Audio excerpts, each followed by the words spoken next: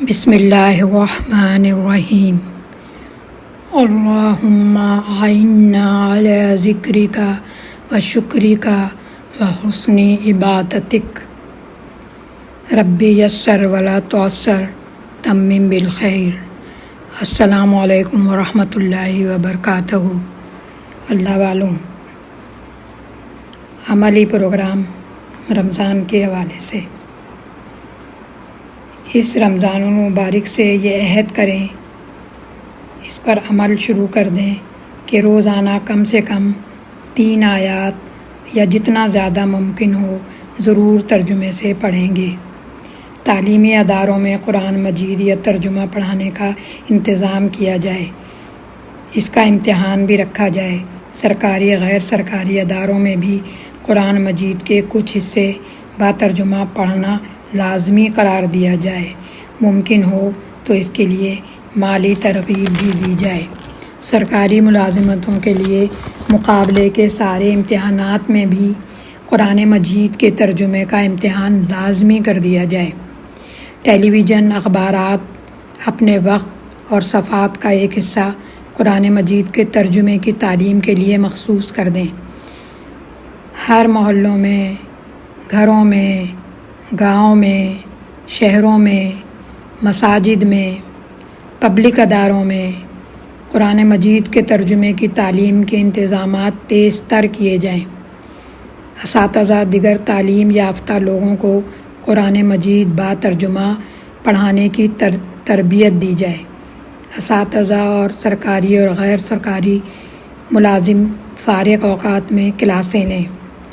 پوری قوم میں قرآن پڑھنے اور قرآن کو سمجھنے کی ایک لہر پیدا کر دیں۔ قوم کا تعلق قرآن سے قائم ہو جائے گا تو ایمان قوی ہوگا، سوچ درست ہوگی، عمل کی اصلاح ہوگی، بدعت اور شرک سے نجات ملے گی۔ مسجد میں نمازی، بازار میں دکاندار، سفر میں مسافر، اسکول کالج میں طلباء و طالبات، ہسپتال میں مریض، جیل میں قیدی، ہر جگہ اللہ کے بندے اللہ کے پیغام کے منتظر ہیں۔ رمضان کا مہینہ قرآن کا مہینہ ہے۔ ہر جگہ قرآن کی تعلیم اور فہم کو عام کریں۔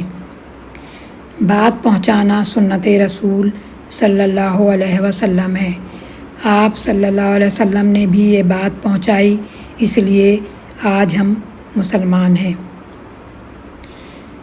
رمضان المبارک کے ان خزانوں میں سے آپ کو کیا کچھ ملے گا؟ آپ محنت اور عمل کریں گے تو جنت کے انعامات کی فصل تیار ہوگی۔ جتنی محنت کریں گے اتنا ہی پھل پائیں گے۔ دل پتھر کی طرح سخت ہوں گے، آپ غافل ہو کر سوتے رہیں گے تو روزوں، تراویح اور رحمت اور برکت کا سارا پانی بہہ جائے گا اور آپ کے ہاتھ کچھ بھی نہ آئے گا۔ توفیق الہی کے بغیر کچھ نہیں ملتا، لیکن یہ توفیق بھی اسی کو ملتی ہے جو کوشش اور محنت کرتا ہے اور اس کا شوق رکھتا ہے۔ دیکھیے، اللہ تعالیٰ کہتا ہے کہ آپ اس کی طرف ایک ہاتھ بڑھیں، یعنی ایک بالش بڑھیں، وہ آپ کی طرف 2 بالش یعنی 2 ہاتھ بڑھے گا۔ آپ اس کی طرف چلنا شروع کریں گے تو آپ کی طرف دوڑتا ہوا آئے گا، مسلم کی حدیث۔ لیکن آپ کھڑے رہیں، آپ غافل اور لاپرواہ ہوں تو بتائیے توفیق الہی آپ کے پاس کیسے آئے گی؟ تو ایسا نہ کیجیے۔ رمضان کا پورا مہینہ گزر جائے، رحمتوں اور برکتوں سے آپ کو کوئی حصہ نہ ملے۔ اپنے حصے کی رحمتیں لوٹنے کے لیے تیار ہو جائیے۔ نبی کریم صلی اللہ علیہ وسلم کی اس تنبیہ کو اچھی طرح یاد رکھیے۔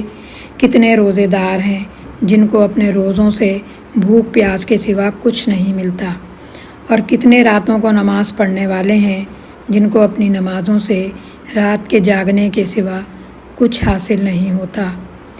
آپ صلی اللہ علیہ وسلم نے فرمایا، برکتوں کے خزانوں سے اپنا بھرپور حصہ لینے کے لیے پوری محنت اور کوشش کی تاکید فرمائی۔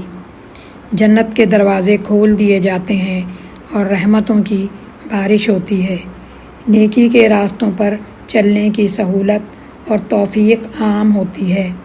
جہنم کے دروازے بند کر دیے جاتے ہیں اور روزہ بدی کے راستوں کی رکاوٹ بن جاتا ہے۔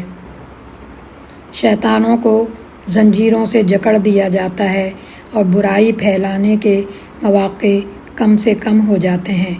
بخاری اور مسلم کی حدیث، ابو ہریرہ سے روایت۔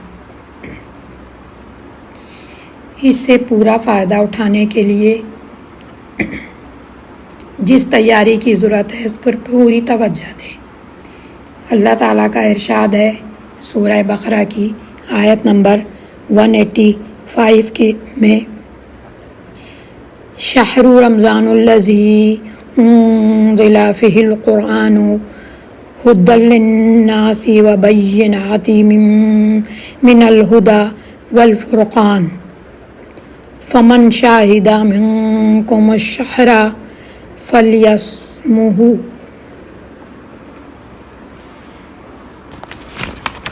رمضان ہی وہ مہینہ ہے جس میں قرآن نازل کیا گیا، جو سارے انسانوں کے لیے ہدایت ہے اور ایسی واضح تعلیمات پر مشتمل ہے جو راہ راست دکھانے والی ہے اور حق اور باطل کا فرق کھول کر رکھ دینے والی ہے۔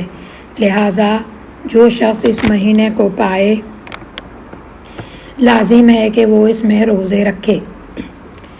قرآن مجید اللہ تعالیٰ کی نعمتوں میں سے سب سے اعلیٰ نعمت ہے، اسی لیے تو اللہ تعالیٰ نے فرمایا الرحمن علم القرآن، یہ بے انتہا رحم والا ہے جس نے قرآن کی تعلیم دی۔ اور تنزیل من الرحمن الرحیم، اتارا گیا ہے بے انتہا رحم والے اور بے انتہا رحم کرنے والوں کی طرف سے۔ ویسے تو ہمارے اوپر اللہ تعالیٰ کی نعمتیں بے حد و حساب ہیں، ہم ہر لمحہ دونوں ہاتھوں سے ان نعمتوں کے خزانے لوٹ رہے ہیں، لیکن دنیا اور دنیا کی ہر نعمت بس اسی وقت تک ہماری ہے جس وقت تک سانس آ رہی ہے اور جا رہی ہے۔ آخری سانس نکلی تو زندگی کے سارے لمحات بھی ختم اور دنیا کی ساری نعمتیں بھی ہمارے لیے ختم۔ جو چیز زندگی کے ان فانی لمحات کو لازوال زندگی میں، ان عارضی مسرتوں کو ابدی راحتوں میں یعنی ہمیشہ رہنے والی راحتوں میں، ان ختم ہو جانے والی نعمتوں کو ہمیشہ باقی رہنے والی نعمتوں میں بدل سکتی ہے، وہ صرف اور صرف قرآن کی نعمت ہے۔ اس لیے یہ دنیا کے سارے خزانوں سے زیادہ قیمتی خزانہ ہے۔ رمضان کے اختتام پر جشن عید منانے کو کہا گیا۔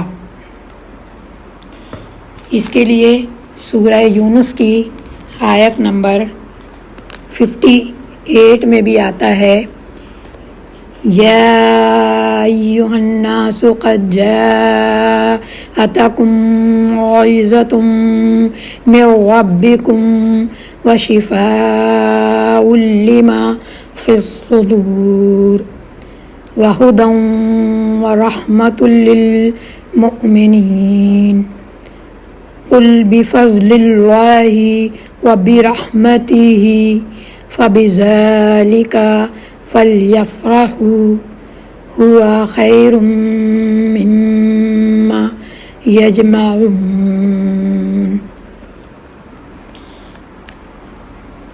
لوگوں، تمہارے پاس تمہارے رب کی طرف سے نصیحت آ گئی ہے، یہ وہ چیز ہے جو دلوں کے امراض کے لیے شفا ہے، اور جو اسے قبول کر لیں ان کے لیے رہنمائی اور رحمت ہے۔ اے نبی صلی اللہ علیہ وسلم، کہو کہ یہ اللہ کا فضل ہے اور اس کی مہربانی ہے کہ یہ چیز اللہ نے بھیجی، اس پر تو لوگوں کو خوشی منانا چاہیے، یہ ان سب چیزوں سے بہتر ہے جو لوگ سمیٹ رہے ہیں۔ سب دن اور سب مہینے ایک ہی جیسے ہوتے ہیں، یہ سب خدا کے پیدا کیے ہوئے ہیں، ان کے درمیان کوئی فرق نہیں ہوتا، لیکن بعض لمحات ایسے آتے ہیں جن کے ساتھ ساری انسانیت اور ساری کائنات کا مستقبل وابستہ ہوتا ہے۔ ایسا ہی وہ لمحہ تھا جب غار حرا میں ہدایت خداوندی کی آخری کرن داخل ہوئی اور نبی کریم صلی اللہ علیہ وسلم اس کے حامل اور امین بنے۔ اس عظیم لمحے کا امین ہی رمضان المبارک کا مہینہ ہے، اور یہی ہے رمضان المبارک کی عظمت اور برکت کا راز۔ وآخر دعوانا الحمدللہ رب العالمین۔ ربنا تقبل منا انک انت السمیع العلیم وتب علینا انک انت التواب الرحیم۔ صلی اللہ تعالی علی خیر خلقہ محمد وآلہ واصحابہ اجمعین برحمتک یا ارحم الراحمین آمین یا رب العالمین۔ السلام علیکم ورحمۃ اللہ وبرکاتہ۔ اللہ والوں۔